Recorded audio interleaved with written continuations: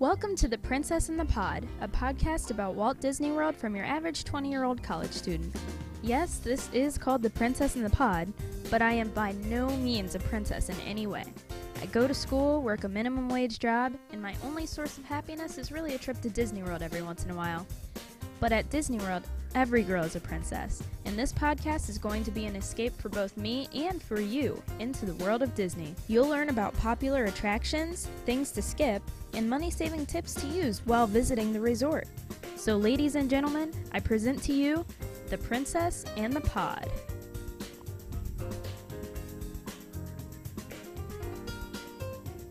First off, I want to tell you a little about the history of Disney World, just so we're all on the same page. Walt Disney World opened in 1971 as the dream of its late creator, Walt Disney. Walt Disney prided himself in the ability to make a theme park available and interesting for family members of all ages. He believed that Disney World should be an escape for everyone into a world very much unlike the outside world, a world in which everyone could come to forget their troubles and be able to dream big and do the impossible. "If you can dream it, you can do it," Walt said. It was one of his famous quotes, and it's a concept that the company still exhibits in their parks today. Walt Disney World is comprised of 4 theme parks, which is mostly what I'll be talking about throughout this podcast. However, we cannot forget that it also hosts 2 themed water parks, over 25 resort hotels, and countless restaurants throughout its property.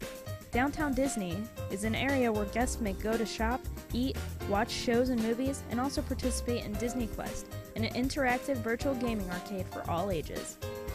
Think that's a lot? Well, then you can probably imagine why it was so hard for me to narrow down the top 5 reasons to go to Disney World. But I did, just for you. Ready to hear these reasons? Here we go! Okay, the first of the top 5 reasons to go to Disney World, I would say, are the attractions. You have Splash Mountain, Mickey's PhilharMagic, Tower of Terror, The Great Movie Ride, Expedition Everest, Soarin'. Those are a few of my favorite ones. Those are at all the different parks. The amount of detail that goes into these rides is just incredible. Walt Disney really wanted this for his rides, for his attractions. He wanted every single detail to be precise. The dust in the Haunted Mansion and Tower of Terror. You would never see that dust if you went over to Mickey's PhilharMagic, because dust, it just doesn't have a place there. You go to Splash Mountain, it's all about the Song of the South, that movie. It's its own music. It's not something that you would hear in Fantasyland or Tomorrowland. They have completely different themes for every single ride, and that's really what I love about it. The detail in the rides is not the only thing. The detail in the queue lines is important too. You're waiting for a while. I would say the most I've waited is about 70 minutes, 80 minutes for Toy Story Mania, but that queue line is incredible. You have giant cards, board games plastered all over the walls, like giant board games. You are a toy in a toy box in there. You have crayons sitting up. You have a log cabin. There's everything in that ride that you can look at in that line just before you get to the ride. So you're not bored. You're not just staring at the person in front of you or staring at the wall. You're looking at all the incredible detail that they've put into the queue lines. They really have thought it out. That's not the only ride they've done that with. They've done it with tons of other rides. The Haunted Mansion has a new queue line. Also amazing. It's interactive, and it's really, that's what you're looking for when you're going to Disney World. You have interactive rides as well, not just queue lines. If you're on the ride, such as, let's say, Buzz Lightyear's Space Ranger Spin, you're shooting the laser guns at all of the aliens and all of the targets trying to get points. You can beat your partner that's sitting beside you, or you can lose to them, as some people do, like me. But you're not just sitting there watching aliens go by. You're actually helping save the planet as you're in that ride. It's fun, it's creative, and you're not just getting on a roller coaster that's going to be over in 2 seconds. You're actually on a ride that is going to be worth your wait. That's what you're really looking for in the attractions at Disney World. The next reason to go to Disney World, number 2 here, is the shows that are at Walt Disney World. The shows within all the 4 parks. Magic Kingdom has probably the most shows, as well as Hollywood Studios. They're probably tied. You have shows like the Indiana Jones Epic Stunt Show, spectacular. Captain EO over at Epcot, that's the Michael Jackson one. Dream Along with Mickey at Magic Kingdom, that's on the castle stage. It's really, I love it. There's a firework that spurts out at the end. The most inspiring shows, I would have to say, are probably the Magic, the Memories, and You. That's at Magic Kingdom at the end of the night. It shows all of the pictures that are taken by the photographers throughout the day. They're shown up onto the castle with a projector, and it's not just shown, it's put into a 15-minute show, put to music and to effects and everything. You see videos shown on the projector. You have actual people. It looks like people are just dancing up here on the castle. It's amazing. That premiered last year, 2011. It was new. It was great. I was there the day that it came out. It was amazing. It's like nothing you've ever seen before. It's crazy. Wishes. Wishes is a fireworks show at Magic Kingdom. It's all about how you make a wish and do as dreamers do, and all your wishes will come true. That's pretty much a quote from it. And it's just so inspiring. It just lets you know, hey, I can do the impossible. And it's not just for little kids, it's for the little kid in all of us as well.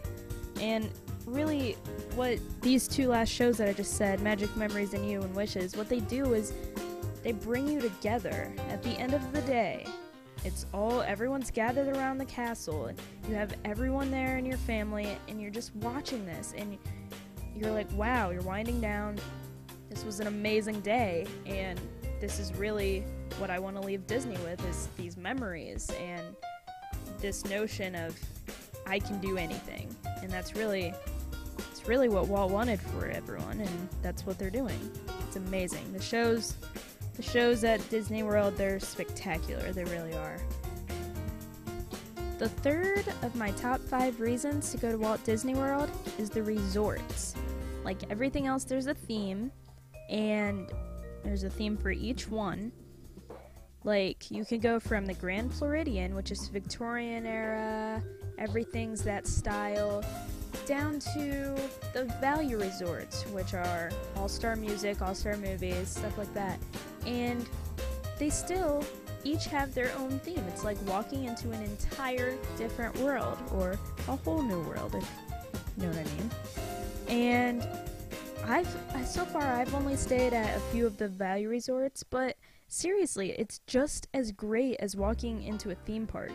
You feel like you're completely at a fun place. You have a merchandise store, you have a food court, you have an arcade in some of them. And for the ones that I've just visited and haven't stayed at, such as the Contemporary, the Boardwalk, the Polynesian, they're all so different, but they're all so beautiful. I would love to stay in all of them. And really, that's another thing to look forward to, is just staying at them, seeing which ones you can stay at, and knowing that, hey, I'm at Disney World, yeah, but at the end of the day, I'm gonna go stay at this resort and still have a good time. It's not like I'm going back to just a regular hotel with no theme, It's great. The resorts are definitely worth checking out. Even if you don't stay in them, you are allowed to go check them out. So you can just go resort hopping one day. And I know I've done that with a few of my friends, and it's a fun time. Make a day of it. If it's hot outside and you don't want to be out in the parks, definitely go check out the resorts. Alright, the 4th reason for going to Walt Disney World is the restaurants. Of course, you're gonna get hungry throughout the day, and you're like, oh, where should we eat? Well, you have restaurants everywhere you go. From the resorts to the actual parks, you're gonna find restaurants everywhere, and they're all different themes. You're not gonna find ones that are exactly the same. They're all different themed. That's what's great about it. Tomorrowland, it's more futuristic. Cosmic Rays is a place that you can go. There's 3 different places that you can, within Cosmic Rays, that you can get either burgers, or you can get soup, or you can get salad. You can get pretty much anything there. Not anything, of course, but like they have a wide variety of things to get there. Then if you go to Pizza Planet, that's over in Hollywood Studios, you're gonna have, of course, Pizza Planet from Toy Story.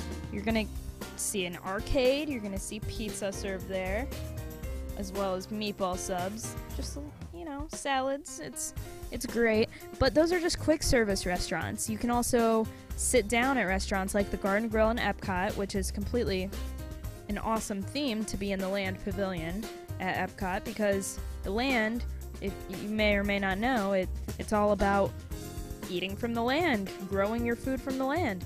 And so, of course, the Garden Grill, that's a perfect place to go. It's also a character dining place. You can go there and you can have fun and eat with Mickey Mouse, and you can eat with Winnie the Pooh over at Magic Kingdom's Crystal Palace. You can eat with Goofy and, you know, the other friends of Mickey over at Chef Mickey's in the Contemporary Resort. There's just tons of different opportunities for different kinds of foods and different types of experiences there. You just wind down and have some fun with your family while you're eating. It's great. The 5th and final reason that I have put together for you guys that you should go to Disney World is family fun. I went in 2007 with my family, and I also went in 1998 with my family, and really it brought us all together. The most recent one especially, like we all like different things, but we all have in the back of our mind just that little thing that makes us all a little kid again. Put us in Disney World and we're all talking about the same things. You have my dad talking about how he really enjoys It's a Small World because he's heard about it for years, since he was little. My mom talking about how she loves Winnie the Pooh and her memories of it. It's just, you know, we all have our own memories of Disney, and really the attractions are timeless. Every story is timeless there. So really it just brings everyone in the family together, and you can enjoy some fun and have a good time.